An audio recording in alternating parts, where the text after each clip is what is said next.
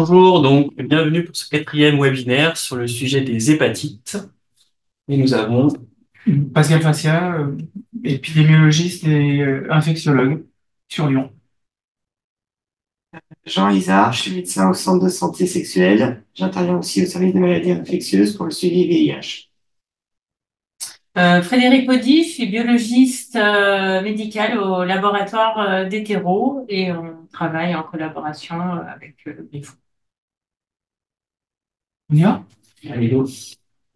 Donc, bonsoir tout le monde. Comme d'habitude, donc le plan et le programme est le même. On va commencer par des données épidémiologiques et les tableaux de présentation clinique des infections provoquées par les trois virus qu'on a cités, plus un que je cite très rapidement, l'hépatite virale Delta, dans le cadre de la co-infection avec le virus de l'hépatite B. Il y aura ensuite une partie diagnostic biologique qui sera traitée par Frédéric et une partie prévention, vaccination, traitement qui sera animée par Jean. Pour la partie épidémiologie et clinique, donc déjà je voulais vous mettre cette petite diapo pour resituer les différentes hépatites qu'on recherche actuellement et qu'on traite pour la plupart actuellement. Et on va commencer par l'hépatite A. L'hépatite A qui est une hépatite qui est provoquée par un virus nu ARN. Alors ça, je reprécisais juste nu ou enveloppé, tout simplement parce que le fait qu'on ait affaire à des virus nus, les virus nus sont beaucoup plus résistants, notamment dans l'environnement, que les virus enveloppés. C'est explique pourquoi le virus de l'hépatite A va pouvoir résister, notamment dans l'environnement. Donc c'est un virus nu ARN de la famille des Picornaviridae. C'est un virus qui est à l'origine d'une endémie l'hépatite virale dans les pays à niveau sanitaire bas, pour ceux qui voyagent notamment.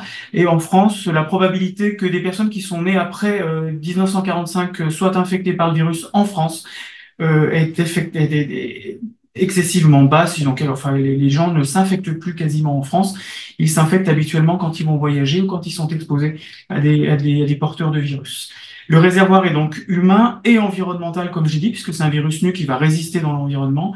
Il fait partie de ce qu'on appelle le péril fécal. Il va pouvoir se transmettre notamment par l'intermédiaire de la consommation d'eau contaminée ou d'aliments peu ou pas cuits, notamment les fruits de mer.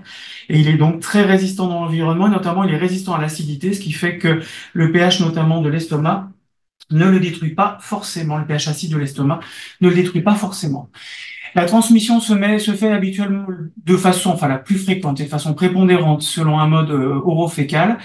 Il peut y avoir des transmissions par manuportage. Il a été décrit, on a eu à gérer une épidémie de transmission par l'intermédiaire de certaines pratiques sexuelles, notamment lors de contacts bucco-anaux, l'anulingus ou digito-anaux.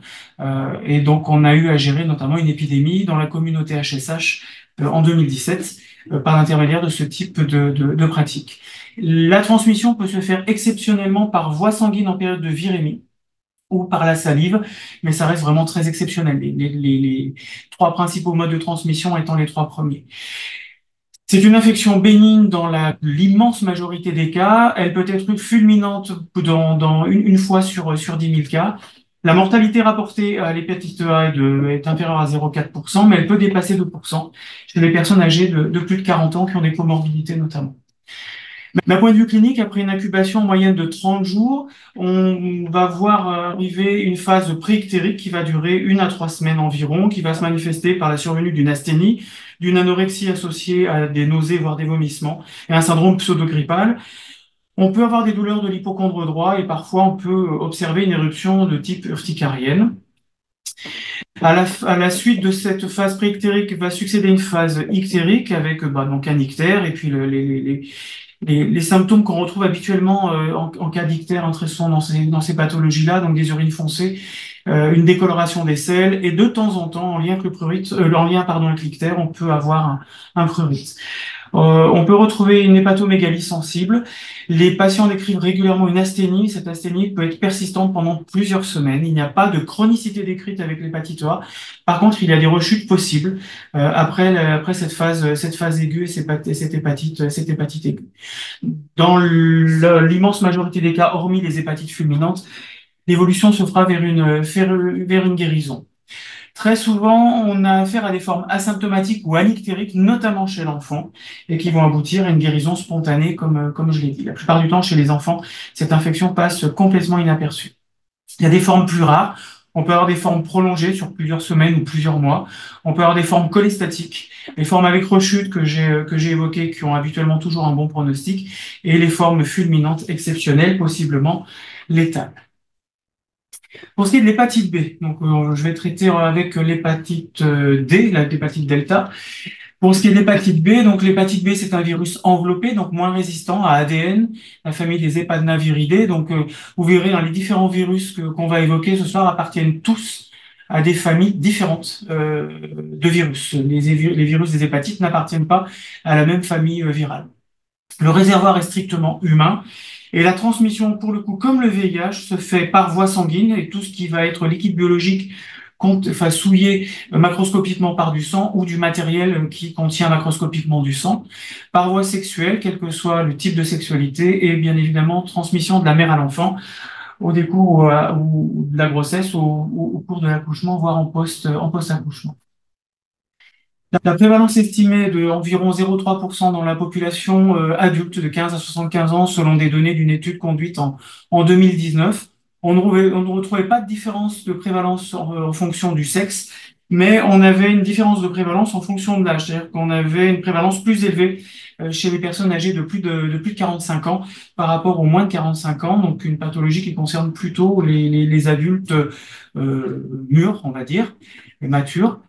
La prévalence variait également en fonction du lieu de naissance, avec une prévalence plus élevée pour les personnes nées en Afrique subsaharienne par rapport aux personnes nées en France. Donc ça peut concerner notamment des populations migrantes, et une prévalence qui varie en fonction des pratiques sexuelles, puisqu'on avait un taux de prévalence qui était plus élevé chez les HSH, donc les hommes ayant des relations sexuelles avec les hommes, par rapport aux hommes non HSH notamment. Dans 90% des cas, la guérison est spontanée, moins de 1% de forme fulminante, et pour le reste, donc un peu moins de 10%, la pathologie, enfin l'infection virale, évolue sur un mode de chronicité. On estime actuellement qu'il y avait à peu près 135 000, un peu plus de 135 500 personnes porteuses du virus, dont un peu plus de 36 000 qui font l'objet d'une ALD pour une hépatite virale chronique. Donc ça, ce sont des données de 2020. En 2021, 37 000 personnes, un peu plus de 37 000 personnes étaient dépistées positives pour la recherche de l'antigène HBS. Et vous voyez là sur le graphique à gauche, la courbe en rouge, on a à peu près 4 000 nouvelles attributions d'affections de longue durée pour une hépatite virale B chronique par année. C'est en toute petite diminution ces dernières années. Le virus de l'hépatite delta, donc, est un virus enveloppé à ARN. C'est un virus qu'on appelle défectif. Défectif, pourquoi? Parce qu'il ne peut pas se reproduire tout seul. Il nécessite une co-infection avec le virus de l'hépatite B pour qu'il puisse se répliquer et infecter une personne. 4 à 5% des personnes ayant une hépatite B chronique active sont également porteurs d'anticorps anti-VHD, donc sont également porteurs du virus de l'hépatite D, pardon, et ce virus peut être à l'origine d'une hépatite chronique si l'anticorps persiste et si la charge virale est positive, bien évidemment, avec comme conséquence de cette co-infection hépatite B, hépatite D, une évolution plus rapide vers un stade de cirrhose pour ces patients co-infectés et une évolution plus rapide vers un stade de carcinome hépatocellulaire. 20% d'hépatites fulminantes sont retrouvées en cas de co-infection VHB-VHD, donc ça augmente la proportion d'hépatites fulminantes en lien avec l'hépatite B notamment. Et l'évolution de cette co-infection avec un virus de l'hépatite D évolue vers une chronicité dans 90% des cas. Donc c'est vraiment un facteur d'évolution de l'hépatite B sur un mode de chronicité. Il faut donc toujours rechercher, en cas d'infection virale B chronique chez un patient, une co-infection avec le virus de l'hépatite B. Dans l'étude DeltaVir qui s'intéressait à ces co-infections, on retrouvait majoritairement des hommes, plus de 2 fois sur 3, plus de 5 fois sur 10, donc dans plus de la moitié des cas, ces personnes co-infectées étaient originaires d'Afrique subsaharienne, dans 20% des cas d'Afrique de l'Est ou d'Afrique du Sud. Les modes de transmission sont les mêmes que pour l'hépatite B, transmission par voie sanguine, par voie sexuelle et materno-fétale. Pour ce qui est de la clinique de l'hépatite B, donc on va pouvoir avoir une phase aiguë de l'hépatite B après une incubation qui peut aller jusqu'à 6 mois, donc qui varie de 2 à 6 mois, mais qui peut être assez longue, qui peut aller jusqu'à 6 mois.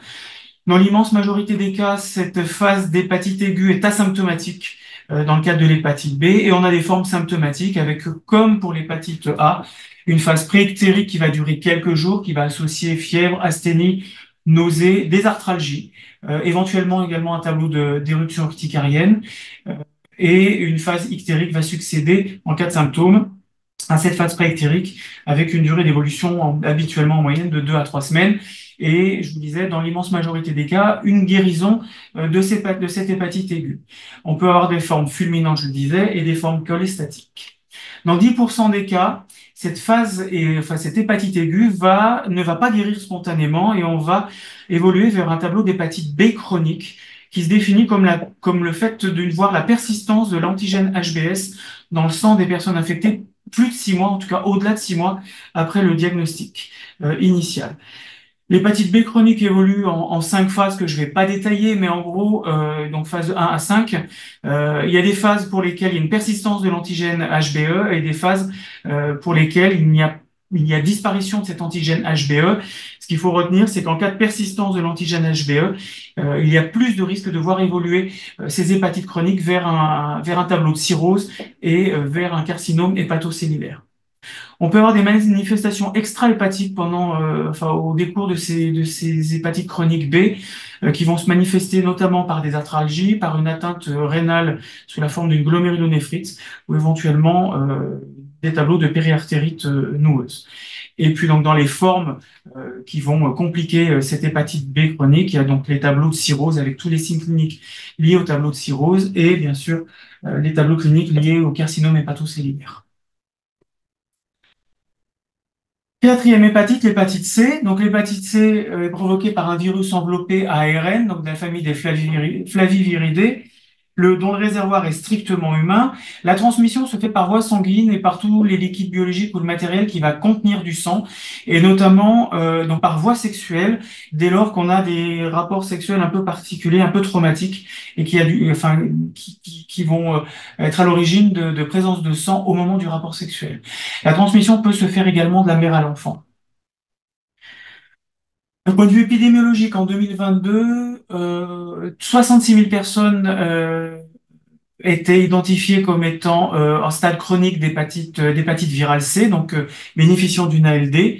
En 2022 également, 2500 nouvelles ALD étaient délivrées pour des nouveaux diagnostics d'infection d'hépatite virale C chronique. Selon une étude du baromètre santé de 2016, la prévalence de l'ARN du VHC, donc de la charge virale positive, dans la population adulte est estimée à 0,3%, ce qui correspondrait à environ 133 500 personnes ayant une infection chronique. Donc je vous renvoie aux 66 000 du dessus qui bénéficient d'une ALD. Ça veut dire qu'il y a en gros la moitié des personnes qui seraient porteuses d'hépatite C qui ne seraient pas détectées.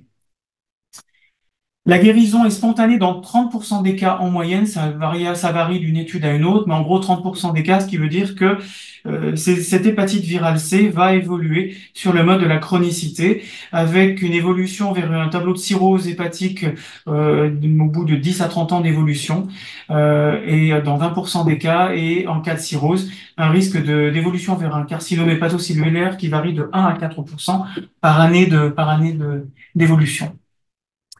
D'un point de vue clinique, après une incubation qui varie qui peut aller de 15 à 90 jours, donc là aussi une incubation qui peut être longue quand même, hein. On peut avoir un tableau d'hépatite chronique qui, dans l'immense majorité des cas, du coup pour l'hépatite C, est asymptomatique ou peu symptomatique, anictérique, et qui va, on le disait, dans 30% des cas, guérir spontanément et complètement.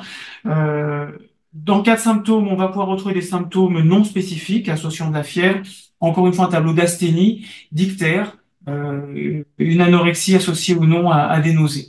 Exceptionnellement, l'hépatite C peut être fulminante avec un tableau létal, dans ce cadre, toujours pareil, des hépatites fulminantes. On le disait, dans 70% des cas, évolution vers une hépatite chronique qui se manifeste par la persistance d'une charge virale au-delà de 6 mois d'évolution. La plupart, dans l'immense majorité des cas, ce stade d'hépatite virale chronique est asymptomatique. Ce qui est souvent rapporté, c'est des tableaux d'asthénie intense chez les patients non traités et ayant une hépatite virale C chronique. On disait aussi, donc on peut évoluer vers un tableau de fibrose hépatique et de cirrhose hépatique. Donc il y a des stades de fibrose qui seront donc à surveiller régulièrement et à diagnostiquer régulièrement par la réalisation d'examens paracliniques. Et donc tableau de cirrhose en 30% des cas. Et je le disais, tableau évolution de ces cirrhoses sur le mode du carcinome hépatocellulaire, dans 1 à 4% par année d'évolution. Les facteurs d'évolution, les facteurs de risque, pardon, d'évolution vers les tableaux de cirrhose et carcinome hépatocellulaire sont le fait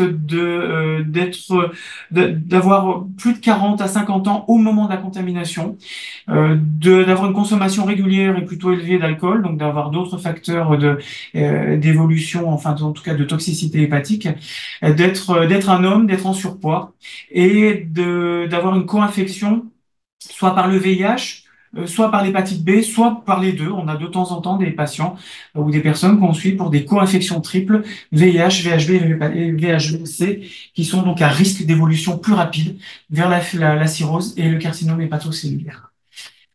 En cas d'hépatite virale chronique C, on peut avoir des manifestations extra-hépatiques variables, donc du type vascularite, cryoglobulinémie, des hépatites auto-immunes, des syndromes secs, une thyroïdite de Hashimoto, une atteinte rénale ou des atteintes cutanées, des lichens plans ou des porphyries cutanées par exemple. Donc en pratique, y penser et dépister dès lors qu'on a une hépatite aiguë ictérique ou un tableau de cytolyse hépatique, même sans ictère, même sans signe d'atteinte hépatique, associé ou non à une cholestase.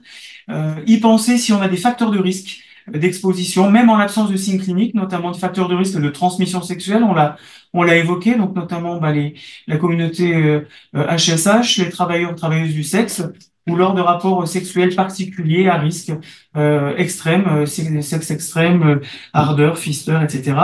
Ou lors de pratiques de toxicomanie, alors par voie intraveineuse bien évidemment, mais également par inhalation et notamment par échange de paille de sniffage. Parce que la paille enfin, dès lors qu'on sniffe, dans le cas de ces addictions, de ces toxicomanies, on peut faire saigner le nez et c'est par contact sanguin, par l'échange de paille, qui va transmettre du sang lors de ces échanges de paille. Y penser en cas de signes cliniques extra-hépatiques également, alors c'est moins facile d'y penser de façon systématique, mais notamment dans des tableaux d'arthralgie, fait que très souvent on a pu faire le diagnostic d'infection par le virus de l'hépatite B, par exemple. Et puis prévenir certaines de ces hépatites. Ben, Jean en parlera un petit peu plus tard. Donc, je vais vous parler du diagnostic biologique. En ce qui concerne l'hépatite A, donc le virus de l'hépatite A est un petit virus composé d'une capside icosaédrique non enveloppée et d'un ARN lié à une petite protéine VPG qui permet l'amorçage de la réplication de l'ADN viral, de l'ARN viral, pardon.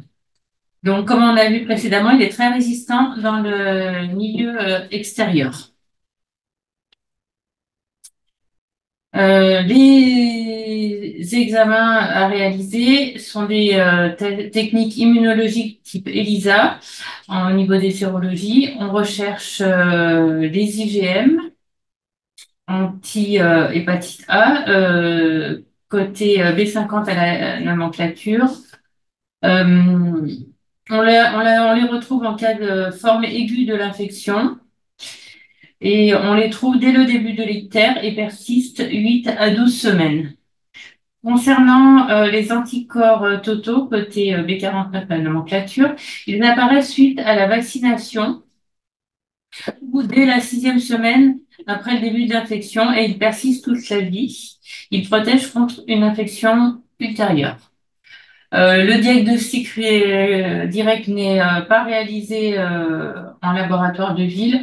Il est possible de faire des recherches du virus ou du génome dans les selles et le virus est cultivable. C'est très, très, très peu réalisé.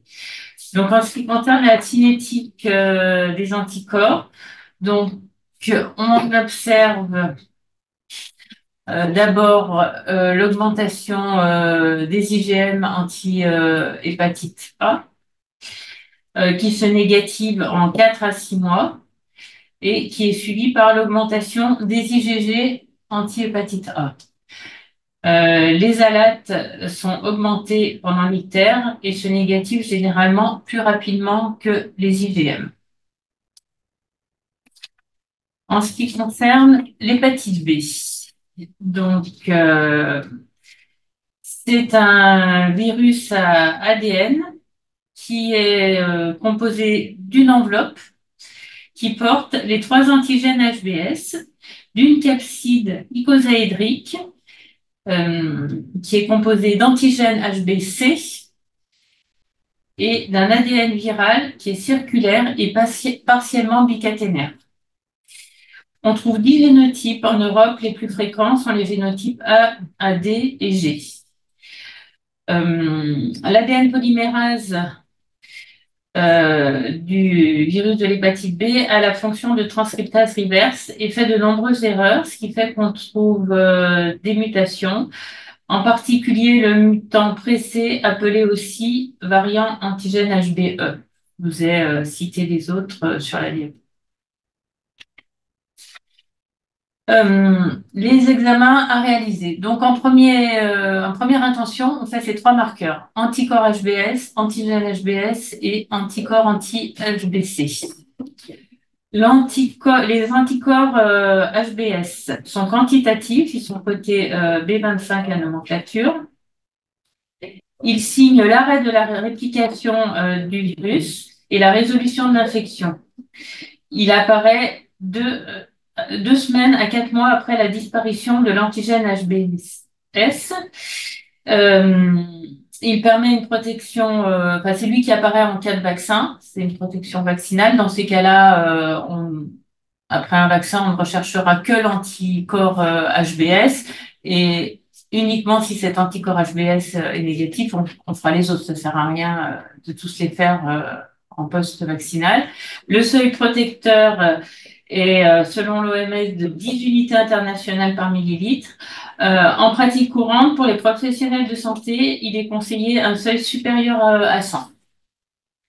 L'antigène HBS, donc côté B48 à nomenclature, c'est le premier marqueur des SLAP positifs. Il atteste d'une infection en cours par le virus de l'hépatite B, qu'elle soit chronique ou aiguë.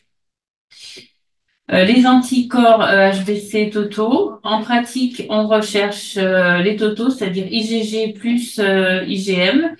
Leur apparition est précoce, ils ne sont pas protecteurs et persistent plusieurs années après la guérison, voire à vie. Dans les indications, donc je vous ai noté les indications où on fait les 3 marqueurs, recherche d'une hépatite chronique ou aiguë suite à un accident d'exposition au sang ou une suspicion de transmission mère-enfant. Pour le suivi des hépatites chroniques et pour le traitement, on fera d'autres marqueurs qu'on verra plus tard. Et donc, en cas de vaccin, on ne fera que l'anti-HBS. Et chez la femme enceinte, on fera l'antigène HBS, en général au 3e et au 6e mois pour s'assurer qu'il n'y ait pas de contamination chez la femme enceinte. Donc, en cas d'hépatite B aiguë, on testera également, on recherchera les IgM anti-HBC, donc qui apparaissent 2 semaines après l'antigène HBS et détectables environ 6 mois. Elles persistent à titre élevé pendant toute la phase aiguë et se négativent assez rapidement. Donc, c'est elles qui permettent de différencier une infection aiguë ou ancienne. En cas d'hépatite B chronique et pour le suivi du traitement, alors pour les hépatites B chroniques, on recherchera les anti-HBE et l'antigène HBE, qu'on détaillera, qu'on verra sur les courbes un peu plus tard. Et pour les traitements, on pourra faire l'antigène HBS quantitatif qui sera assez intéressant. On estime que pour une hépatite B chronique à antigène HBE positif, on a une bonne réponse si l'antigène HBS est inférieur à 1500 unités internationales par litre. Et pour une hépatite B chronique à antigène HBE négatif, on a une bonne réponse si on a une diminution du taux d'antigène HBS supérieur à 10%. La quantification de l'ADN du virus de l'hépatite B sera réalisé en cas d'hépatite B chronique pour le suivi du traitement et dans certains cas pour les hépatites B chroniques aussi. C'est une PCR en terrain réel avec un seuil de sensibilité qui varie entre 10 à 20 unités internationales par millilitre et c'est un bon marqueur pour évaluer aussi l'efficacité du traitement en cas d'hépatite B chronique. Au niveau de l'arbre décisionnel, donc en cas d'antigène HBS négatif, si on a anti-HBS et anti-HBC négatif aussi, on conclut à l'absence de contact avec le virus de l'hépatite B. Si vraiment on suspecte une contamination récente par l'hépatite B, on pourra rajouter la charge virale qui est plus précoce que l'antigène HBS. Si on a donc un anti-HBS positif et un anti-HBC négatif, en plus de l'antigène HBS négatif, c'est une protection vaccinale. On pourra avoir le cas d'anticorps HBS négatifs et d'anticorps HBC positifs. Dans ces cas-là, il s'agit d'une hépatite B ancienne et guérie avec disparition de l'anti-HBS. Ça peut arriver. D'où l'intérêt de faire les trois, parce que si on a antigène HBS négatif et anticorps HBS négatif, on ne peut pas conclure sur une absence de contact avec l'hépatite B si on n'a pas l'anticorps HBC. Et enfin, si l'anticorps HBS est positif, l'HBC positif également avec un antigène négatif, on a une hépatite B ancienne et guérie. Si on trouve un antigène HBS positif, dans ces cas-là, on aura toujours un anticorps HBS négatif. On ne peut jamais avoir les deux en même temps. Dans ces cas-là, on fera les IgM HBC. Si elles sont positives, on aura très souvent des alates augmentées. Dans ces cas-là, on conclut par une hépatite B aiguë. Si l'antigène HBS négative, elle est résolutive, et on retrouve dans le cas qui est à gauche. Et si l'antigène HBS persiste plus de 6 mois, on se retrouve sur une hépatite B chronique et on va vers la droite. Si les IgM HBC sont négatifs, ainsi que les anticorps HBC négatifs aussi. Il faut faire une charge virale hépatite B. Si cette charge virale est négative, on conseille un contrôle à 15 jours. Alors, on a une probable, dans ces cas, une possible fausse positivité des tests, ce qui est quand même très rare parce qu'en pratique, devant un antigène HBS positif, systématiquement, on réalise un test de confirmation avec une autre technique. Donc, d'avoir les deux techniques pour l'antigène HBS positif en 2 faux positifs, ce serait quand même exceptionnel. Par contre, si cette charge virale hépatite B est positive, donc là, on se retrouve dans le cas d'une hépatite B aiguë ou chronique qui peut passer à la chronicité. Et on refera des tests 15 jours après et on verra dans ces cas-là très probablement apparaître l'antigène HBS. Donc là, je vous ai noté tous les marqueurs de l'hépatite B chronique. Donc, on a la phase non inflammatoire. C'est une hépatite B chronique à antigène HBe positif, qu'on appelait phase d'immunotolérance. Donc, dans ces cas-là, on a l'antigène HBS, l'anti-HBC, l'antigène HBe, pas d'anti-HBe. Donc, comme on verra sur les schémas après, on ne peut pas avoir un antigène HBe et un anticorps HBe en même temps. Dans cette première phase, la charge virale sera très, très élevée. Les alates souvent normales et peu ou pas d'inflammation de fibrose hépatique. Dans la phase inflammatoire de l'hépatite B chronique à antigène HBe positif, donc on retrouve l'antigène HBS, l'anticorps HBC, l'antigène HBe. La charge virale est fluctuante, elle est quand même souvent supérieure à 20 000. Les transats, par contre, sont élevés et l'inflammation et la fibrose hépatique peuvent être modérées à sévères. Alors là, c'est le cas particulier d'une hépatite B chronique à antigène HBe négatif. Non, c'est celle d'après. Donc là, c'est une phase non inflammatoire avec un antigène HBS positif, mais souvent quand même inférieur à 1000. quand on fait le dosage. L'anticorps HBC est positif, l'anti-HBE est positif, donc on n'a plus d'anti-HB, on n'a plus d'antigène HBE. La charge virale peut être négative ou inférieure à 20 000, les translations normales et l'inflammation est minime. Donc là, c'est le cas particulier du mutant pressé ou hépatite B chronique à antigène HBE négatif. C'est une phase qui est inflammatoire où on retrouve l'antigène HBS, l'anticorps HBC, l'anticorps HBE. La charge virale est souvent supérieure à 2000. Les transats peuvent être élevés ou normales et l'inflammation modérée.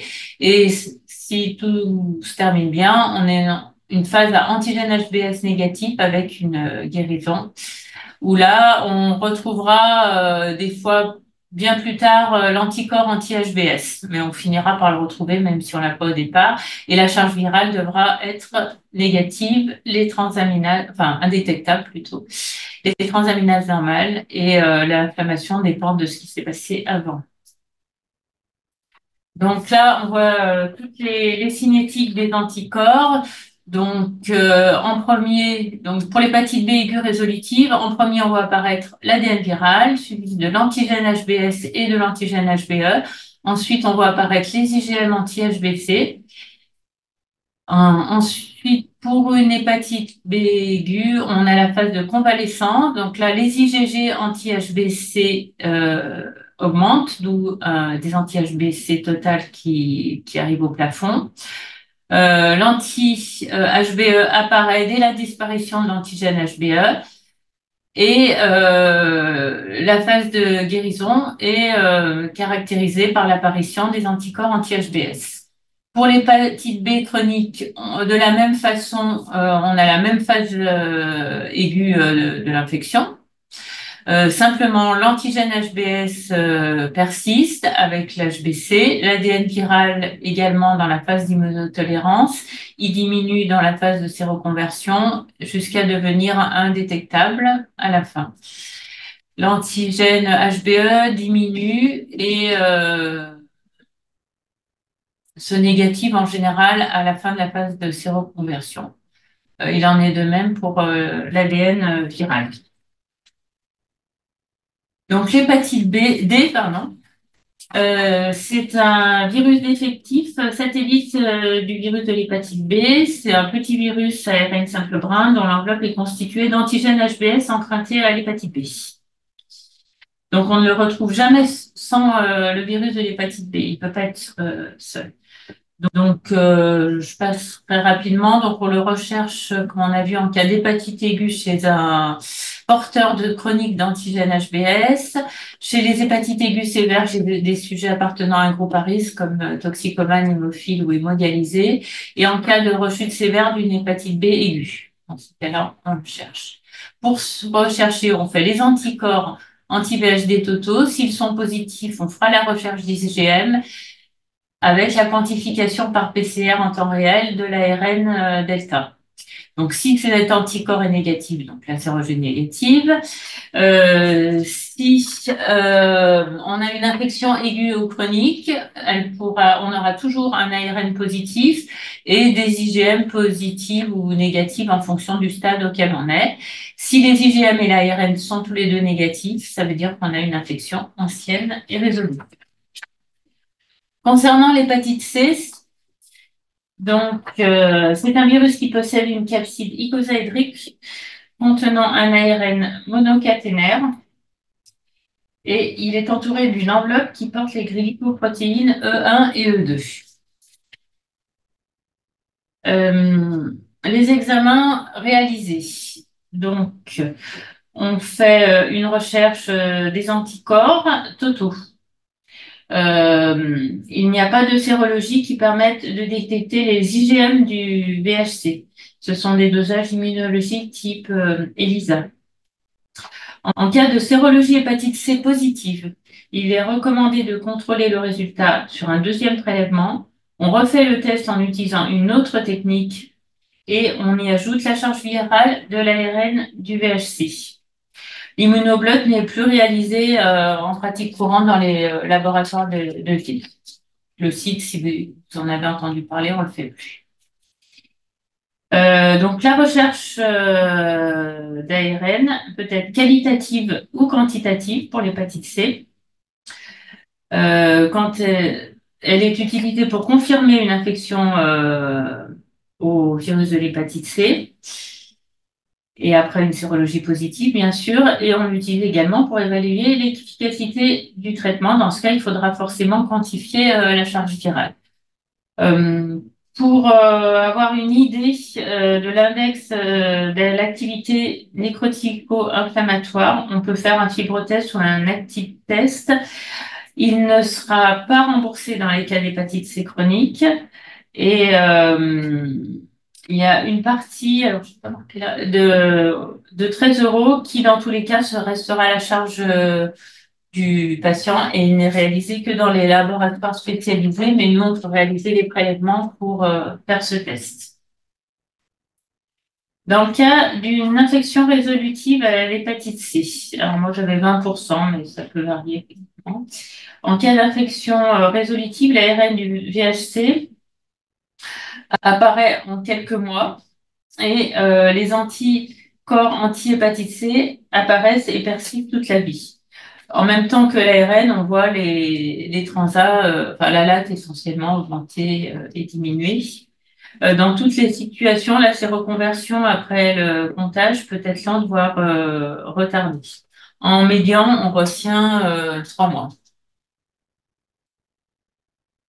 Dans le passage à la chronicité, lors du passage à la chronicité, l'ARN persiste et les transats, enfin surtout la latte, augmentent et diminuent régulièrement. Les anticorps anti-hépatite C apparaissent également et persistent toute la vie, même après traitement. Si le traitement est efficace, l'ARN du VHC restera toujours détectable dans le sang. Alors, il est recommandé de faire au moins un dépistage dans sa vie et de combiner l'hépatite B, l'hépatite C et le HIV. Tous les tests de dépistage doivent être remboursés à 100% par la sécurité sociale. En pratique, c'est le cas pour le HIV et l'hépatite C, mais pas pour l'hépatite B.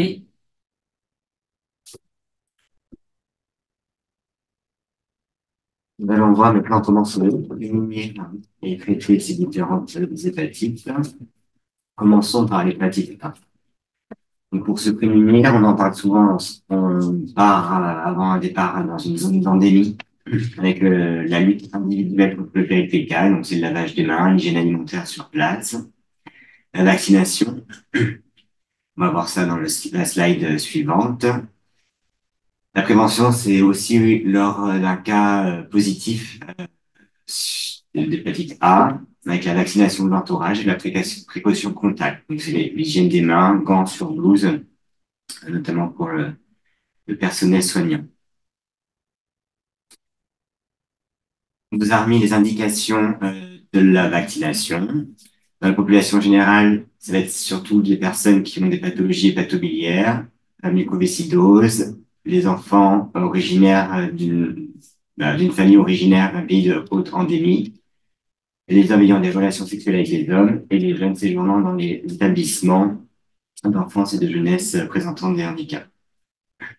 Au niveau professionnel, il y a les recommandations pour les personnes qui s'occupent d'enfants autour de l'âge de la propreté, les structures collectives d'accueil pour les personnes présentant des handicaps, les personnes travaillant dans les zones de traitement des eaux usées et la préparation alimentaire de la restauration collective.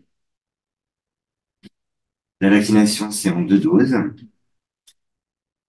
Pour les jeunes de moins de 16 ans, il y a le vaccin pédiatrique et à partir de 16 ans et plus, on utilise le vaccin adulte. Donc 2 doses à 6-12 mois d'intervalle. Séroconversion protectrice, on atteint 90% après la première dose, 95% après la deuxième. Il n'y a pas de rappel forcément recommandé. Et je rappelle encore la vaccination autour d'un cas index. Il n'y a pas d'immunothérapie comme on peut voir pour les autres hépatites. Pas forcément de sérologie, on vaccine automatiquement après un cas, dans les 15 jours après le contact. Donc, ça réduit le risque de contracter l'hépatite A à 4% au lieu de 50%. Il n'y a pas de traitement spécifique. On va traiter s'il y a des symptômes en phase aiguë, avec la contre-indication de tout ce qui est hépatotoxique, que ce soit au niveau des médicaments ou des boissons ou de l'alcool. Dans l'hôpital, hein, dans les formes sévères, on va utiliser N-acétylcystéine, surtout ces prises de paracétamol, et passage en soins intensifs pour les formes fulminantes, avec plus ou moins de transplantation. Passons en hépatite B. Donc, pour se prémunir, il y a bien évidemment la vaccination, la limitation des facteurs à risque de transmission, c'est tout ce qui est personnel soignant, les précautions standards, on connaît à l'hôpital, les rapports sexuels protégés, les précautions d'asepsie en cas de piercing, de tatouage, qui sont voilà, donc, souvent respectés en France. Après, voilà, c'est pas bien y penser quand ces actes ont lieu dans d'autres pays et pour penser au dépistage. Et programme d'échange des seringues chez les usagers de drogue, donc voilà, c'est la RDR, réduction des risques, donc l'utilisation de matériel à usage unique. Concernant la sérothérapie, donc c'est l'utilisation d'immunoglobulines anti-HBs. Cela peut être utilisé en cas d'accident d'exposition sexuelle au virus, chez les nouveau-nés d'une mère porteur de l'hépatite B et en cas de transplantation. La sérothérapie doit être utilisée le plus rapidement possible après exposition et le plus souvent en association avec la vaccination, nous allons voir un peu plus tard. S'il y a un diagnostic d'hépatite B, bien penser à l'enquête familiale et à l'enquête avec les partenaires sexuels. Déjà à la recherche d'un éventuel porteur chronique de l'hépatite B et pour vacciner ces personnes, éventuellement une immunoprophylaxie de l'entourage qui doit être débutée sans attendre le résultat des examens. La vaccination, pour rappel, depuis 2018, elle est obligatoire chez les nourrissons. Elle est recommandée chez les enfants et les adolescents pour rattraper justement cette obligation vaccinale. Et bien évidemment, voilà, pour les professionnels de santé. Il faut y penser aussi dans certaines populations, comme les usagers de drogue intraveineuse, les personnes qui ont des tatouages et piercings, des personnes contact avec un porteur d'antigènes HBs positifs, les co-infections, tout ce qui est dialyse et les patients qui sont transfusés, les personnels des structures des personnes en situation de handicap, les candidats de greffe, les voyages, les partenaires sexuels multiples et la détention. Pour les nouveau-nés de mère antigène HBs, pour rappel, l'obligation de dépistage de l'antigène HBs chez les femmes enceintes. Et pour ces nouveau-nés de mère antigène HBs positif, la sérovaccination sera obligatoire. La vaccination est en 3 doses, M0, M1 et M6. On propose un contrôle de l'anticorps anti-HBs 4 semaines après pour voir la réaction, voir si on est répondeur. Si on n'est pas répondeur, on peut proposer jusqu'à 6 doses au total. L'objectif, c'est l'anticorps anti-HBs, comme disait Frédéric, supérieur à 10.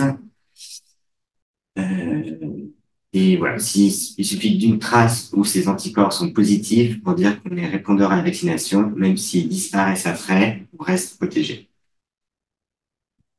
Je vous ai mis les protocoles de vaccination pour le pédiatrique et adulte. Savoir qu'il y a des schémas un peu allégés. Chez les 11 à 15 ans, on peut utiliser le vaccin adulte avec juste 2 doses. Il peut y avoir un schéma accéléré qu'on peut proposer chez les 16 ans et plus, à 0, 1 et 2 mois avec un rappel à 12 mois. Et pour les plus de 18 ans, on peut faire un rappel encore plus accéléré à 0, 7 et 21 jours et une 4e dose au 12e mois. Le traitement, donc, je rappelle un peu l'évolution, ce que les collègues ont déjà dit. Le passage en chronicité, donc plus les personnes l'attrapent tôt, plus le risque de chronicité est élevé. C'est souvent présent chez les porteurs d'hépatite chronique. C'est plus fréquent que la contamination a eu lieu soit mère-enfant, soit enfant. On utilise des traitements dans certains cas. On va aller voir je les aborde rapidement, sachant que de toute manière, dès qu'il y a le diagnostic, ces personnes seront adressées chez un spécialiste pour évaluer le traitement et adapter le suivi. Le traitement pour l'hépatite aiguë, donc c'est un peu la même chose, il n'y a pas de traitement spécifique. On utilise le traitement spécifique uniquement dans les cas de forme fulminante. Pour l'hépatite chronique, on peut utiliser des interférons retard ou l'analogue de nucléosidique comme le tenofovir ou l'entecavir. On traite certaines personnes, donc celles qui vont avoir une pathologie hépatobiliaire un peu décompensée, celles qui vont beaucoup répliquer, ce qui va être surtout porteur d'antigènes HbE positif. Voilà. Toujours penser à la co-infection de l'hépatite D. Donc, on parle un peu de co-infection quand la contamination a lieu en même temps, la surinfection quand l'hépatite B apparaît après. Voilà, un petit détail sémantique. Dans le cas d'un accident d'exposition, on va proposer la vaccination chez toute personne qui est non immune. J'ai rappelé ce qu'on a déjà évoqué, le taux d'anticorps anti-HBs. Donc, s'ils ont des personnes taux d'anticorps anti-HBs inférieur à 10, on leur propose une nouvelle dose avec un contrôle des anticorps 4 semaines après. Voilà. S'il y a de nouveau inférieur à 10, on revaccine. Si c'est supérieur à 10, s'il n'est pas nécessaire de refaire des doses ultérieures. On va proposer la sérothérapie, donc les immunoglobulines anti-VHB. Ça va être en milieu hospitalier, dans les 72 heures suivant l'évolution, du moins avant le 7e jour post-exposition. Ça va être uniquement si la personne source est antigène HBs positif. Pour l'hépatite C, pour se prémunir, il y a le dépistage. Comme le disait Frédéric, un dépistage au moins une fois dans sa vie. Il suffit d'une fois, d'un partage de paille ou partage de seringue sur une plage ou un tatouage en vacances pour contracter l'hépatite C. À savoir que quand on a eu l'hépatite C, on ne peut plus peut plus être donneur. Il y a aussi une activation qui est faite pour éviter tout risque pour les produits, pour les dérivés du sang. J'ai usé de drogue, donc bien penser à la RDR, donc l'utilisation de matériel à usage unique. On vaccine le vaccin d'hépatite B, hépatite C chez les non immunisés. Et voilà, toujours matériel à usage unique. Ça va être plus au niveau hospitalier, une activation virale lors de la désinfection des endoscopes. Et bien y penser lors de la prévention du risque par transmission sexuelle, usage de préservatifs. Pour toute personne qu'on diagnostique hépatite C, on prescrit l'utilisation partagée, donc tout ce qui va être pétale de toilette, le rasoir, le coupe-ongle, la brosse à dents. Voilà. Donc, dans l'évolution, ce qu'on disait, voilà, guérison dans 30% des cas. Dans tous les cas, maintenant, on traite, que ce soit en aigu, chronique, on n'attend pas les 6 mois pour savoir s'il va y avoir une chronicisation ou pas. Depuis 2019, la prise en charge ambulatoire est même possible, avec un parcours simplifié. Dans certains cas, il ne faut pas qu'il y ait de comorbidité hépatique, ni rénale, ni co-infection hépatite B ou VIH, et pas d'antécédent de traitement hépatite C antérieur. Je vous ai remis, il y aura juste à cliquer sur la diapo, les derniers repos pour une prescription mobile. Le traitement qu'on propose, ça va être Mavirette ou Epclusa, sur 8 à 12 semaines, une prise par jour. Ce qui va être surtout important pour ce traitement, c'est l'observance. Quand on est observant, il y a une guérison à 90% des cas. C'est une molécule pangénotypique. Avant, on faisait le génotypage du virus pour adapter le traitement. Maintenant, on ne le fait plus. Ces molécules peuvent révolutionner le traitement de l'hépatite C.